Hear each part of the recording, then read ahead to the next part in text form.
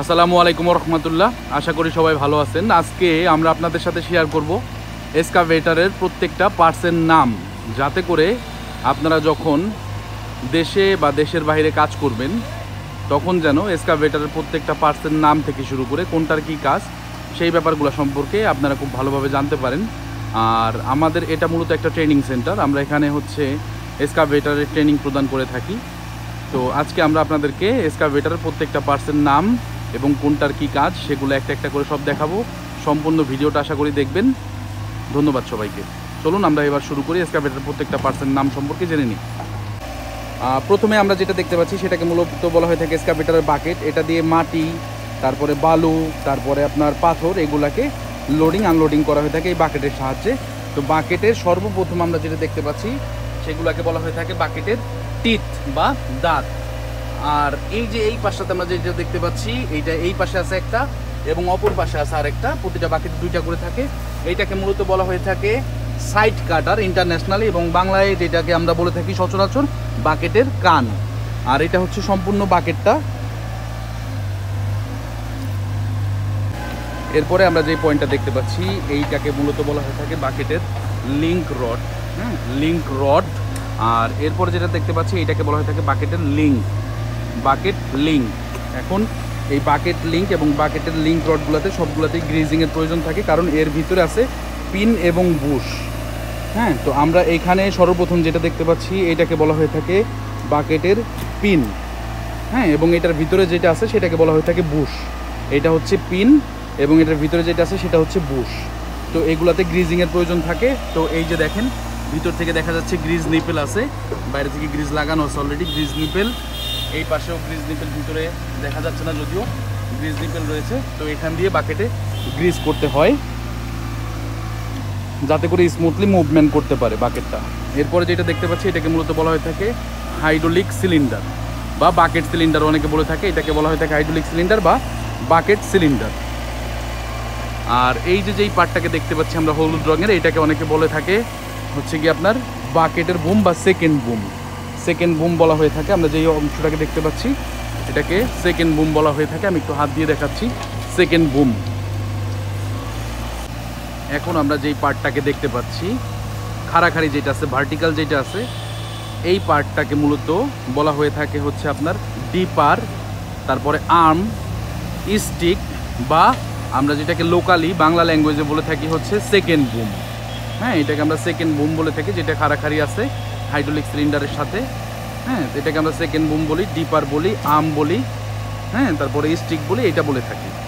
তো এরপরে আমরা যেই পার্টটাকে দেখতে পাচ্ছি এখানে এইটাকে মূলত বলা হয়ে থাকে বুম। এইটাকে বলা হয়ে থাকে এক্সকাভেটরের মেইন বুম বা বুম। তো এইটার উপরে যেই সিলিন্ডারটাকে আমরা দেখতে পাচ্ছি হাইড্রোলিক সিলিন্ডারটাকে, এটাকে মূলত বলা হয়ে থাকে ডিপার সিলিন্ডার বা আর্ম সিলিন্ডার বা স্টিক সিলিন্ডার, এটা বলা হয়ে থাকে।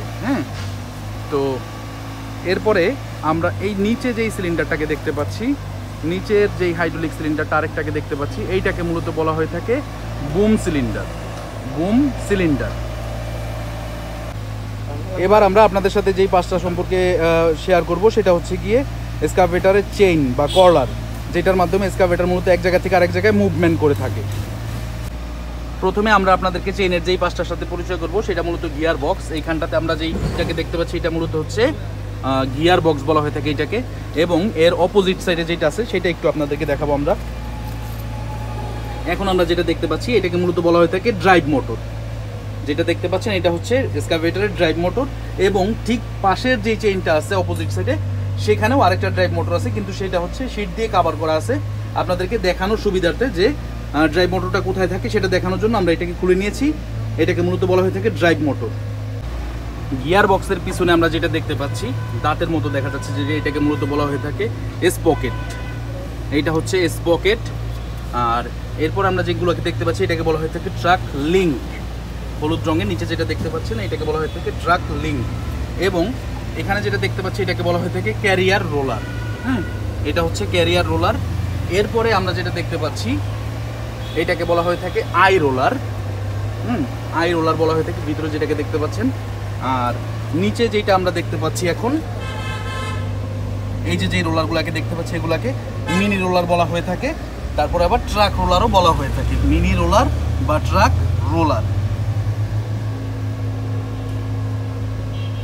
এবার আপনাদেরকে অপারেটর কেবিন সম্পর্কে একটু পরিচিত করব। তো প্রথমত আমরা এটা দরজাটা খুলে রেখেছি আপনাদের সুবিধার্থে।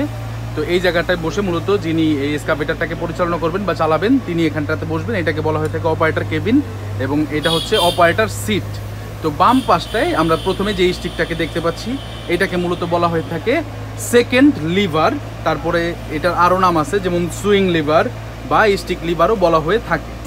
আর এই পাশে আমরা যেটাকে দেখতে পাচ্ছি এটাকে মূলত বলা হয়ে থাকে ফার্স্ট বুম লিভার বা বুম লিভার অথবা বাকেট লিভারও বলা হয়ে থাকে। এবং এই সামনে আমরা যে দুইটা লিভারকে দেখতে পাচ্ছি, হ্যাঁ, এই যে যেই দুইটা দেখতে পাচ্ছি এই দুইটাকে মূলত বলা হয়ে থাকে ড্রাইভ লিভার। আর এছাড়া আমরা এই যে এই জায়গাটায় যেটাকে দেখতে পাচ্ছি এখন, এইটাকে মূলত বলা হয়ে থাকে এক্সকাভেটরের মাদারবোর্ড। এইবার আপনাদেরকে আমি যেটা দেখাবো সেটা হচ্ছে গিয়ে এই প্রথমে এই দিকটাতে একটু ক্যামেরা তাক করবেন। এখানে আমরা যেটা দেখতে পাচ্ছি এটাকে মূলত বলা হয়ে থাকে ডিস্ট্রিবিউটর বা কন্ট্রোলার বক্স। এরপরে আমরা এইটা যে পার্টটা দেখতে পাচ্ছি এটাকে মূলত বলা হয়ে থাকে হাইড্রোলিক কুলার। এবং এইখানটাতে আমরা এখন যেটা দেখতে পাচ্ছি এটাকে মূলত বলা হয়ে থাকে এয়ার ক্লিনার বক্স, হ্যাঁ, বা এয়ার ফিল্টার বক্স। এটার ভিতরে থাকে এয়ার ফিল্টার, এটা হচ্ছে হাইড্রোলিক কুলার, এটার ভিতরে থাকে হাইড্রোলিক। এক্সকাভেটরের এই যে আমরা পিছনের যে সাইডটাকে দেখতে পাচ্ছি কোবেলকো লেখা এবং নিচের ব্লু সাইডটা, এই পুরোটাকে মূলত বলা হয়ে থাকে কাউন্টার ওয়েট, যেটাকে আবার অনেকে ওয়েট কাউন্টার বলে থাকেন। এটা মূলত এক্সকাভেটরের কাউন্টার ওয়েট। এখন আমরা যেটা দেখতে পাচ্ছি এটাকে মূলত বলা হয়ে থাকে হাইড্রোলিক পাম্প বা হাইড্রোলিক ডিস্ট্রিবিউশন পাম্প, আর এটাকে বলা হয়ে থাকে সার্জিং পাম্প। এবং এই পাশে আমরা যেটা দেখতে পাচ্ছি এটাকে বলা হয়ে থাকে হাইড্রোলিক ট্যাঙ্ক। তো এই হাইড্রোলিক ট্যাঙ্কের আবার একটা লেভেল আছে যেটার মাধ্যমে আমরা বুঝতে পারবো যে আমাদের গাড়িতে কতটুকু হাইড্রোলিক আছে। তো এইখানটাতে দেখা যাচ্ছে যেটা, তো এটার মাধ্যমে আমরা বুঝতে পারবো যে হাইড্রোলিক কতটুকু পরিমাণে আছে। এখন আমরা যেটা দেখতে পাচ্ছি এটাকে মূলত বলা হয়ে থাকে এক্সকাভেটরের টুল বক্স। তো এখানে মূলত এক্সকাভেটরের যেই সব গ্রিজ গান বা গ্রিজ বা অন্য যে কোনো ধরনের ম্যাটেরিয়ালগুলো এখানে রাখা হয়ে থাকে। তো এটা লক করা আছে, এর জন্য এটাকে আর খুলে দেখাচ্ছি না। এখন আমরা যেটা দেখতে পাচ্ছি এটাকে মূলত বলা হয়ে থাকে এক্সকাভেটরের সুইং মোটর। এটার সাহায্যে মূলত এক্সকাভেটরটা চারদিকে ঘুরে থাকে, হ্যাঁ। এবং আমাদেরকে মনে রাখতে হবে যে প্রত্যেকটা এক্সকাভেটরই 360 ডিগ্রি মানে 360 ডিগ্রি পরিমাণে ঘুরতে পারে। আর এখানে আমরা যে এই পাইপগুলোকে দেখতে পাচ্ছি কালো রঙের, এগুলো সবগুলো মূলত হচ্ছে হাইড্রোলিক হোস পাইপ বা হাইড্রোলিক পাইপ। এখন আমরা রাউন্ড শেপের যে অংশটাকে দেখতে পাচ্ছি এটাকে মূলত বলা হয়ে থাকে এক্সকাভেটরের সুইং সার্কেল। এবং এই সুইং সার্কেলের নিচের যে অংশটা আছে সম্পূর্ণ অংশটাকে বলা হয়ে থাকে এক্সকাভেটরের চেসিস।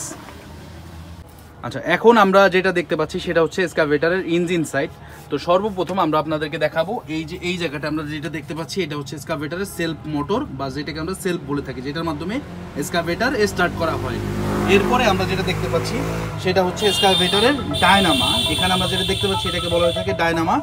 এবং এরপরে আমরা এই যে এইটা দেখতে পাচ্ছি এইটাকে মূলত বলা হয়ে থাকে এক্সকাভেটরের রেডিয়েটার বক্স বা রেডিয়েটার। এটার ভিতরে মূলত কুলিং ওয়াটার দেওয়া হয়ে থাকে এই জায়গাটা দিয়ে, এটা মূলত কভার করা থাকে, এটা ঢাকনাটা আপাতত নেই। তো এই পাইপটার মাধ্যমে মূলত কুলিং ওয়াটারটা ইঞ্জিনে প্রবেশ করে থাকে।